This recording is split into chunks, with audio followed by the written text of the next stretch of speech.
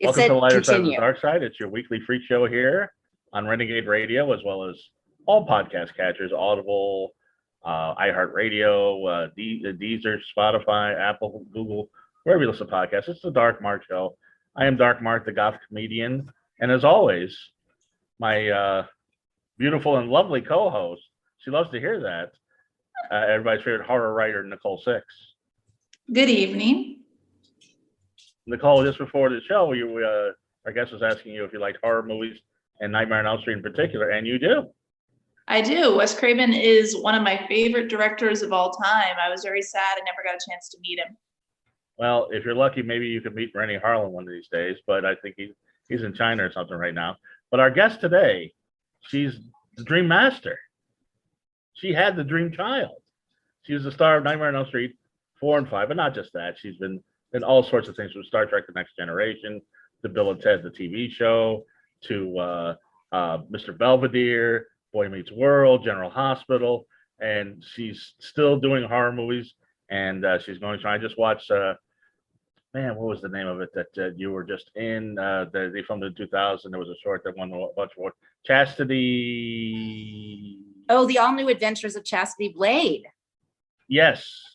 Yes, which was that I recommend nominated as well. for That was an very Academy good. Award, actually, student short film. So she's been in Academy Award winning stuff, and she's also the only one really to survive Freddy Krueger's wrath. It's the most beautiful and mesmerizing eyes in show business, Lisa Wilcox. Hi. Thank you for that lovely introduction. Hi, Lisa. I thrown down a little too long. I was because you've done so many things, and we're going to get to all of them. We're going to really delve into Nightmare on Elm Street 4 and 5. There's a lot of unanswered questions there, and how you've been doing horror conventions for. I thought I saw you in Vegas at Days of the Dead, and I thought, well, this is probably the first horror convention you've been to, but you've been doing them all year. Well, ever since things have started to open up, but even last year I did do some events like drive-in theaters, outdoor kind of things. Did some signings at some stores in like Chicago and but it certainly was not, everything that was happening was pretty much done. But I've already done 30,000 airline miles this year. So Wow. So we're back on track. If Freddy Krueger couldn't kill you, COVID can't either. I think that's the message here. But before we get started, we have sponsors. I got to do my sponsors really quick. We have Audible. Audible is our sponsor. Get an audiobook for free on me. Go to audibletrial.com/DMS. Lisa Wilcox, I have so many questions about everything that you do, and we're gonna have to have you back. But the Dream Master. Well, first off, is it correct that you auditioned for the Dream Warriors Part 3? Nope. You didn't. Okay. I would remember that. No, I've been. People have asked me and said that I auditioned for a role in a Halloween movie. Right. But I don't remember that at all either. I don't think I'm almost certain I would remember if I auditioned for a Halloween movie, but I don't know. Have to ask the casting director, and she wouldn't even remember, or he. Well, here's the thing, Nicole. Lisa submitted to be Alice in The Dream Master, but she was too pretty for the role. Oh, wow. And they dismissed her outright. Well, let's just put it this way. I had platinum virgin blonde hair and all the 80s makeup. And I, played my first film role was it was called Give Me an F. And I was a featured extra, and it was all about 4 cheerleading squads. So I played a cheerleader, but we were the demons. We were like the cheerleaders that wore red and black and sexy clothes, and we smoked and that kind of thing. Sort of a foreshadow to, I think, doing Nightmare on Elm Street. But also other roles I done. I was doing commercials. I did 2 Wendy's hamburgers commercials. And so I was very, but I was cheerleader looking. Did not look anything like how you would picture Alice when you read the script, Right. This is But part of- then they Go couldn't ahead. find their actress. And Annette Benson, who's the casting director for Nightmare on Elm Street, she's the one who told me the story. She said, Lisa, they auditioned hundreds of actresses, hundreds. They couldn't find Alice, so they went to their reject pile. That's great. And maybe they went, well, this actress has a degree in theater from UCLA. She has a couple credits, film credits. Let's give her a try. So I auditioned. I had one call back on a Friday, and then I was getting married that Sunday, 150 people wedding. And I learned on my honeymoon that I got the role. And they also said, can you dye your hair? Quite a honeymoon. Huh? I said quite a honeymoon. Did you have to cut it short or? Yeah, I was cut short. And it was Okay. prepaid hotel. I mean, the whole thing. And I don't think my now ex-husband ever forgave me. Aw, well, at least you Yeah. got to accomplish your dream. That's more important. Yeah. And he's in the industry. And, as writers, directors, and actors, you get a call and you're like, okay, I'm in. I'll be on set tomorrow. Yeah. Yeah, sure. So Freddy Krueger not only haunted your dreams, he ruined your first marriage. Yeah. But I'll take Freddie over the other. Sure, a lot of girls would. But this is coming off the Dream Warriors was really where it became a pop culture phenomenon. The first movie was really big. Second movie didn't do so well. The third movie was really a pop culture phenomenon. And then you step in, and they've got Rennie Harlan as director. He was only 28 years old at the time. Now, I've heard there was a little hanky panky on the sets. And I know you posted a picture of Rennie Harlan yesterday on Instagram. There's a little, some hanky panky between him and Tuesday Night, maybe? There's a rumor. No, he adored her. We all knew that she was his favorite, but no hanky panky. Andras Jones was her boyfriend during Nightmare 4. That's where the hanky panky was going. Right, but I think there was some tension between him and Rennie. Who knows what was going on? I don't know. I'm just trying to stir things up. I don't know. You're just trying to stir things up. Yeah. All right. Well, what I can confirm is there was no hanky panky between Rennie and Tuesday, but I think definitely a flirtation perhaps or something. Mm-hmm. But Rick, my brother, played Andras. Right, no, right. he was the around guy with the spiky hair, the Christian Slater sort of looking guy. They were going out. Yeah. Oh yeah. Oh yeah. They were a boyfriend girlfriend. They were exclusive. Okay. And Tuesday Night, which by the way, probably the best name I've ever heard in Hollywood. Is that her real name? Sort of. Okay, so that's enough. So anyway, but she took over for Patricia Arquette and played the same role. Now, do you know if Patricia Arquette was going to come back? Would they have stuck with her for the whole movie, or they always wanted to have another character take over? I know. I'm pretty sure they asked Patricia to come back, but she was already off doing other things, so they recast. But the Alice character was always in the script as far as them handing it over from the Dream Warriors to the new kids. Oh yeah. Right. At least the scripts I know of, and I was never told differently that Alice was always the character arc of the film. Right, and it is quite an arc. I mean, it's in the grand tradition of beautiful women that they nerd down and kind of try to make ugly. It's impossible, and it's like, oh, it's a really beautiful woman dressed as an ugly woman and as shy. Now, hold on. Now, Alice was not ugly. Okay, absolutely not. She was not ugly. She was just a wallflower. Right. She hadn't come into her strength and her womanhood. She was a daydreamer and quiet and shy, exactly how I was growing up. I was going to ask you, every beautiful woman, including Nicole, has told me this, that when they were young, nobody liked them. They were shy. Nobody paid attention to them. Every beautiful woman I've ever heard this, there has to be one beautiful woman that actually got the attention. I know in my school they were popular hot girls, but apparently, I don't know. Every beautiful woman tells me this. No, I just was a shy. We moved a lot. So, and then to make new friends, but they already had their clique and this and that. And so I just resorted to reading books. That was my daydream world, and imagined playing Nancy Drew, and imagined, Little House on the Prairie books. And I read but I read all kinds of things. I read horror books. I read all sorts, and that's where I was obsessed with all summer long. I could, in a day, I would read 2 books, Right. and I had, just very, very few friends. I was the last one chosen to be on the, in elementary school, and they choose who's going to be on your soccer team for gym or whatever. And Oh, sure. I was always the last one chosen because they didn't know me. I was picked on the playground. What? Oh yeah. Yeah. Oh yeah. Because this one area we lived in, Ladue and St. Louis, was very hoity-toity and whatever. And these girls were like, I don't know, 10 going on 18. Okay. Years old. And my mom dressed me as a little girl. I had tights, little skirts, and, very girly. And these girls were like, oh, I was easy prey.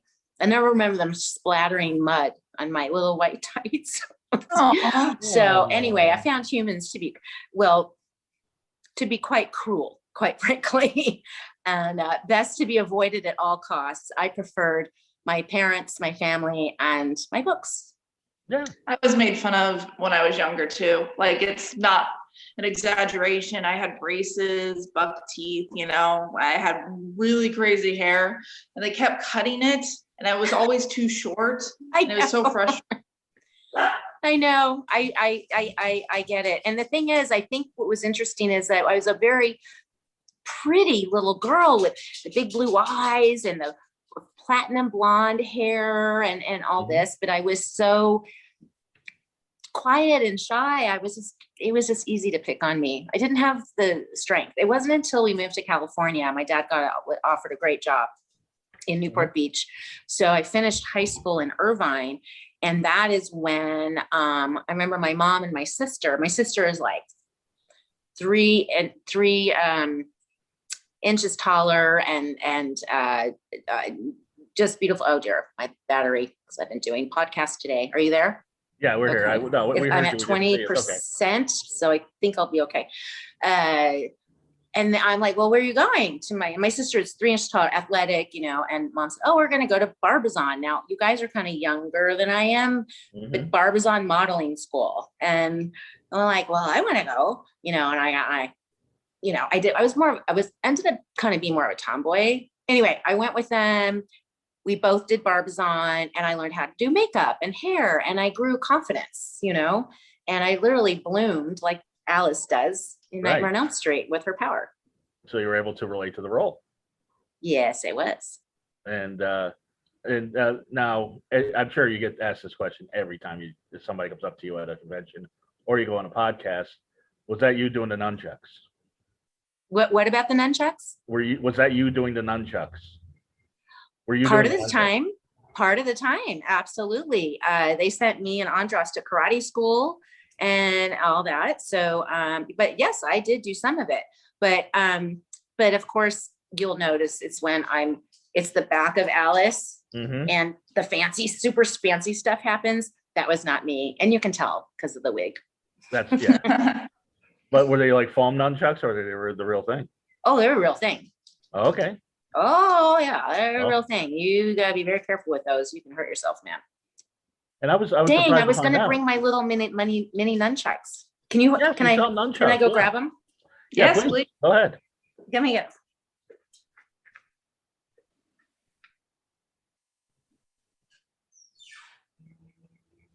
Lisa's so much fun. Yeah, this is great. And as you told me, quite a So bit. speaking of nunchucks, Let's see them. These are something I designed, and they're homemade by Gabe Lapierre, who is brilliant. And look, it says Alice, the Dream Master. And of course, this is the evil Freddy side, red and green. So anyway, so they are, it's a refrigerator magnet, but also it comes with an extra magnet. So you can wear it like a pin or an earring or a nose ring. Okay. Yeah. And, but ultimately I want to say it's a Christmas tree ornament. Perfect colors for a Christmas tree ornament, right? For Tell people sure. where they can order that, Lisa. I would love to have one of those. You got it. So where do you order those? You go to your website? Yeah, Lisa E. Wilcox. There is a lisawilcox.com, which was created like 20 years ago, and Right. they don't even answer me or anything. So I had to go with Lisa E. Wilcox. And that's where I put up to like where I'm going to be at conventions and all that kind of thing, because I'm doing a lot of those this year. I can see you got the flyer miles you were telling us. Now, Exactly.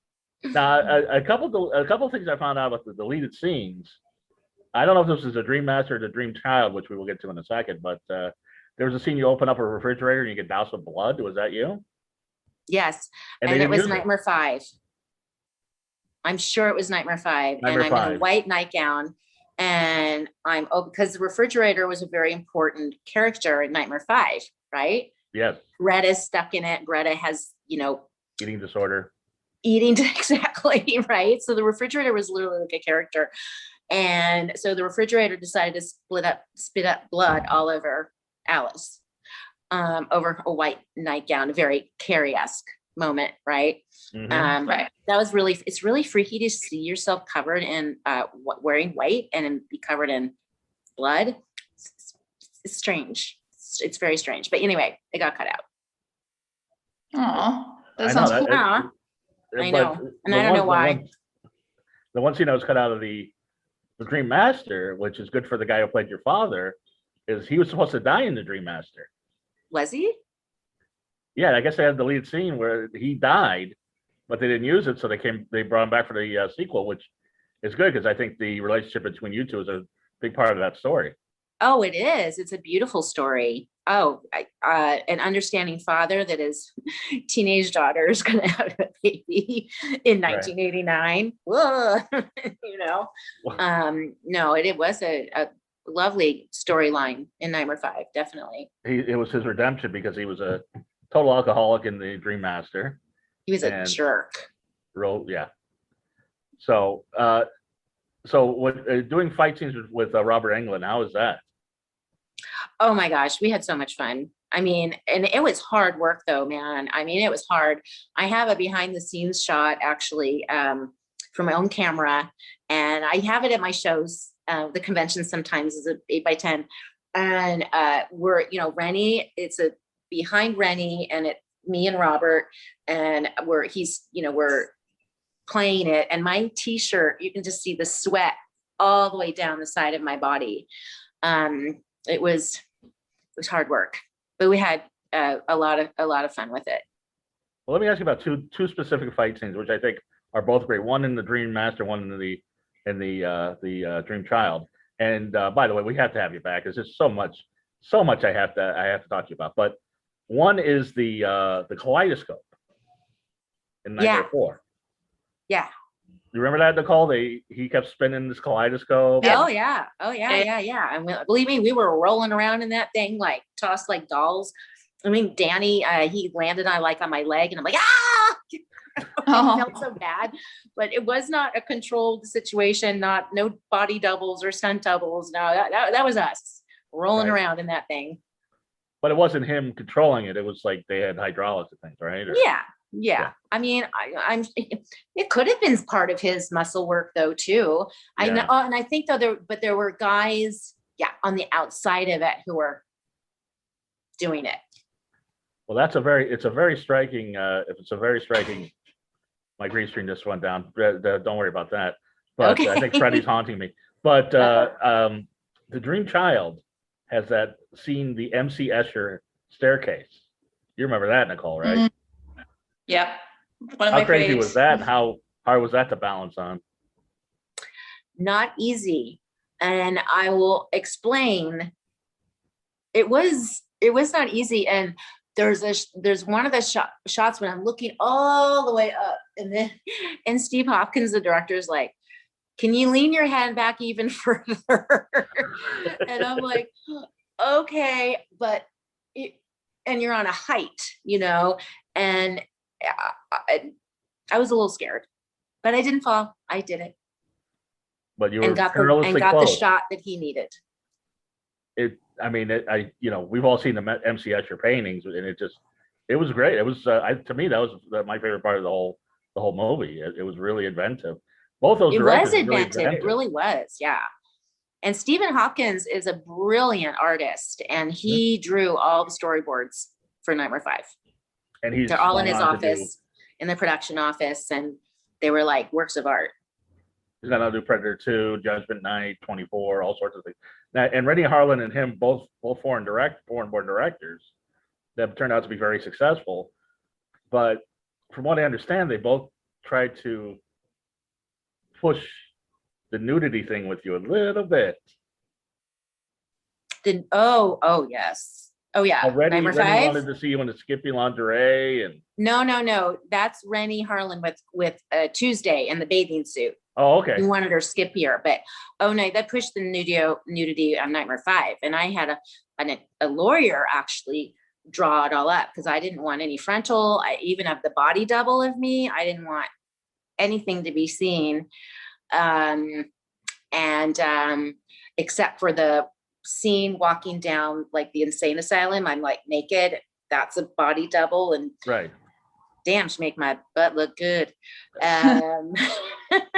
But I didn't want any frontal. And I remember when I watched the movie for the first time in the theater, and through the shower, the body double, you could see hints of, you know what I mean? Pubic hair. I was so angry. I was sitting next to Bob Shea watching the movie, and that scene happened, and I moved to another seat. As Bob Shea, the president of New Line Cinema. I was so unhappy. I said, you guys totally, what am I going to do? Sue New Line Cinema? I don't have the money, and they sent me, I'm not kidding, a basket of fruit the size of a small child's swimming pool. Oh, wow. Okay. And I don't like fruit. It's okay. But they sent, I can't even describe it on it. I mean, literally think of it, those blow up small child's pools, little blow up ones. Yeah, no, I got it. It was a basket of fruit that you didn't eat. Especially pears. Oh. Anyway, I so like pears, they tried to make not- it up. They tried to make it up to me, but I like anyway. pears, but not from 1989. Now, listen, I saw that apparently Stephen Hopkins, when he was doing press for Predator 2, there was an interview where he said that people on Nightmare on Elm Street were amateurish, and then he says he never said it. Have you resolved that with him? No. No. It was a written interview. It was a written interview. Right. That he did, and I can't remember the name of the magazine, but it was a big entertainment magazine, and I wrote to the editor of that magazine, and I have not been able to. I think it was called Premiere. Right. Premiere is the magazine, and I wrote to the editor and I said, we are also insulted by what he said, and this and that, and he printed my letter, so. But he says he never said it. He said I was mad but it was written. It was written in the magazine. But if he never said it, then how did it end up in the magazine? Unless the writer of the magazine decided to inflate some story or something. So no, it has never been resolved. And now I could probably never get in touch with him because he's so famous. Right. Well, anyway. We could talk to you all day, but we only have 5 more minutes. But so I got to get some rapid fire questions in here. Like this hasn't been rapid fire enough. Nightmare 6. Were you ever considered to be a Nightmare 6? Freddy's Dead. Not that I know of. Not that I know of. And why not? I don't know. I have no idea. I don't know. I think that's why it flopped. It would have been nice to see what happened with Alice and Jacob, right? I mean, you could do some really cool storyline with that, And speaking of that, I heard a rumor that you were actually in an early script of Freddy versus Jason, the Alice character. They use a clip from Nightmare 4 because they had to call my agent to like do some kind of agreement. And I would have done it, but they're like, no, we have no budget. We're filming in Canada, but thanks. I'm like, okay, I don't know. Okay, I'm going to do another no budget movie in Canada. Thank you. Yeah. I don't know. And it's like, from what I understand, like there's any hostility. I saw Bob Shea and Rennie and a whole bunch of us. There was a reunion of Nightmare 4 at the Chinese Theater, the Grauman in Hollywood. And I hadn't seen Rennie forever, and we cried. We honestly cried. And Bob Shea was lovely and all that kind of thing. So I don't know. I remember during Nightmare 5, I was told that all that shower scene stuff is an encapsulated shower, right? That they have to keep filling with water. So they had piping, and they had a big pool, outside, right? Not a cement pool, but one of those for the water. So I don't remember if it was hair or makeup or someone said, the guys are peeing in the pool. Oh, nasty. And I believed it because some of these guys are in their 20s and they would think it was funny that, this little actress is swimming around in water, a shower that has their pee in it, how boys can be. So I asked them, I said, this is what I have been told by more than one source. I would like the pool drained and fresh water put in it, please. As you should. Well, but see, that would be considered that I was being difficult. That you don't want urine poured all over you? I don't think that's difficult. Well, things are different now, but back then you did what you were told. So they doused you with urine. So, well, there was water with the urine, but there's urine in the water, right? So it was dissipated urine in a big pool of water, but it took quite a while for them to drain it and refill it. And on that day, I think I was there for hours because of my request, waiting for the pool of water. So there's a little story. Well, stop me before I make a Trump joke. Anyway, there's so many, and I actually watched Star Trek: The Next Generation for the first time because you were in it. Oh. And Nicole, you're a Next Generation person. You dig that? Yeah, I like Next Generation. I think it's great. Is Riker always hitting on girls? Is that the thing? Is he like Riker is like the ladies' man? He is. Yeah. So So he sees Lisa, and you are a servant for Nancy Parsons, who people know as Beulah Ballbricker from Porky's. And Riker sees you and just makes a beeline for you and just starts smacking on you from the get-go, and then he kills you. Well, he had to. I was killing the Trolestas, I mean, he had to, but I am actually a property on the Next Gen Monopoly board. That's what I was going to say. You were only in one episode, and the Star Trek people like it. And I think you're going to a Star Trek convention soon, right? Should be, hopefully in Vegas and maybe UK. So we'll see. That would be pretty cool. But I had said to my mom, well, Mom, I don't have a star on Hollywood Boulevard, but I'm a property on the Next Gen Monopoly board. I'm the assassin. You can't beat that. And I could go into the Bill and Ted TV show and all the things I've been watching, but you're making a big comeback. You got a lot of movies coming out, and you're hitting the convention circuit because you took a break from acting to raise your sons, which is as you should, and now you're back, and your acting's better than ever. I've been seeing some stuff, and the recent stuff is terrific. I mean, you've really grown as an actress. Well, thank you. You're always good, but you're even better. Well, thank you very much. Thank you. It's been great getting back to it, and I'm very excited. I just did a movie called Seasons and a movie called Mystery Spot, which was filmed in Texas. Had an amazing time, wonderful role. I have a whole calendar of opportunities, and it's really fun getting older because I'm getting to now the opportunity to play kind crazy lady. So excited. Well, crazy lady, it's been so much fun having you. Tell everybody once again where they can get a hold of you, and please promise me we'll do this again and we'll do a whole hour. Okay, awesome. My website is lisaewilcox.com, and I'm trying to keep up posting where I'm going to be. I'm going to be in Albuquerque, New Mexico, next in June, the end of June, for the Comic-Con, Albuquerque Comic-Con, and then I'm going to be doing Scares That Care in Virginia in July. There's Steel City coming up. I think that one's August. Robert Englund will be at that one. And a whole slew of things as the promoters are getting their confidence up regarding COVID and vaccines and, all that kind of things. So, but yeah, lots of other stuff.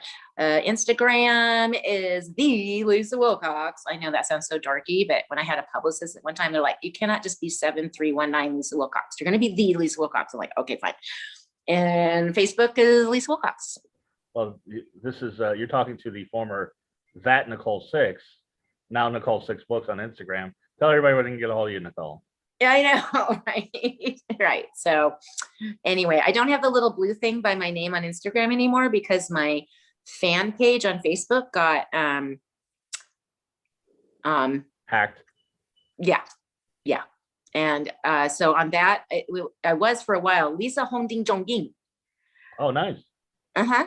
Anyway, but Facebook, and then my friend who knows this, but he's been trying to get Facebook to get my thing back, and has not been successful. So I use Instagram much more often anyway. It's easier to post pictures. Anyway. That's for old people. Facebook? Facebook's for old people. That's Thank my grandmother's you. on Facebook. She's 98. Thank you. Exactly. Yeah, so she's anyway, but yes, 98, we'll do another half-hour segment soon. Please. Yeah, she's 98. She doesn't post very much. Every couple weeks or every couple months, she's like, oh, I fell, but I'm okay. So that's about it. Nicole, how do people get a hold of you? Instagram, just message me and I'll message you back at Nicole6Books. Right. And I'm Goth Comedian on all social media. Everybody, be careful in your dreams and have a wonderfully creepy week. Bye. Cheers.